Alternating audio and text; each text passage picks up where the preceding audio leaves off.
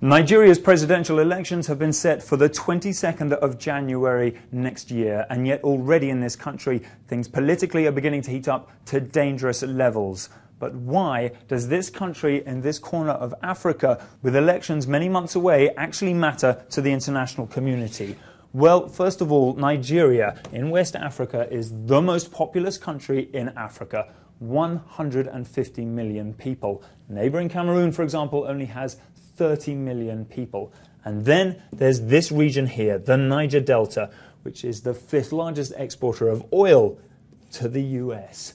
The incumbent in this election, President Goodluck Jonathan, is from this region. They've never held presidential power before, and he's under immense pressure to win this election, with militants in the region throwing their support behind him, promising to attack oil pipelines, as they have been doing for years, if he doesn't gain the presidency. However, the country is roughly divided between a north and a south. It is mostly a political divide, but there is an unofficial agreement in Nigeria that power will rotate between the north and the south and vice versa. The north are saying that it's their turn to hold the presidency and that Goodluck Jonathan is reneging on this deal, pitting north against south with potentially dangerous consequences.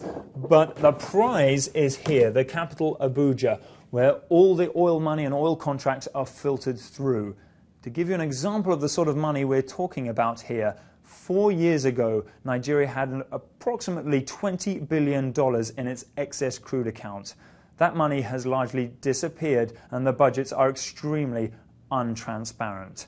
INEC, the Independent National Electoral Commission, has set the dates for the 22nd of January, but they're already trying to renege on those dates. They've released a statement saying that their schedule is very tight, and they're exploring all legal avenues for the extension of time to enable the Commission to hold free and fair elections. They have a massive budget of about $500 million, but by all accounts, they have not even ordered the electronic voters' machines yet. The potential for Nigeria, if they get this election right, is massive, unlocking Nigeria's economic potential to rival Brazil, India, perhaps China as an economic powerhouse. The potential for disaster is equally as big. If these elections are as violent, corrupt and illegitimate as the last elections, the violence could spiral out of control and, in a worst-case scenario, displace many of these 150 million people, affecting the oil output and affecting the rest of West Africa. Christian Purefoy, CNN, Lagos, Nigeria.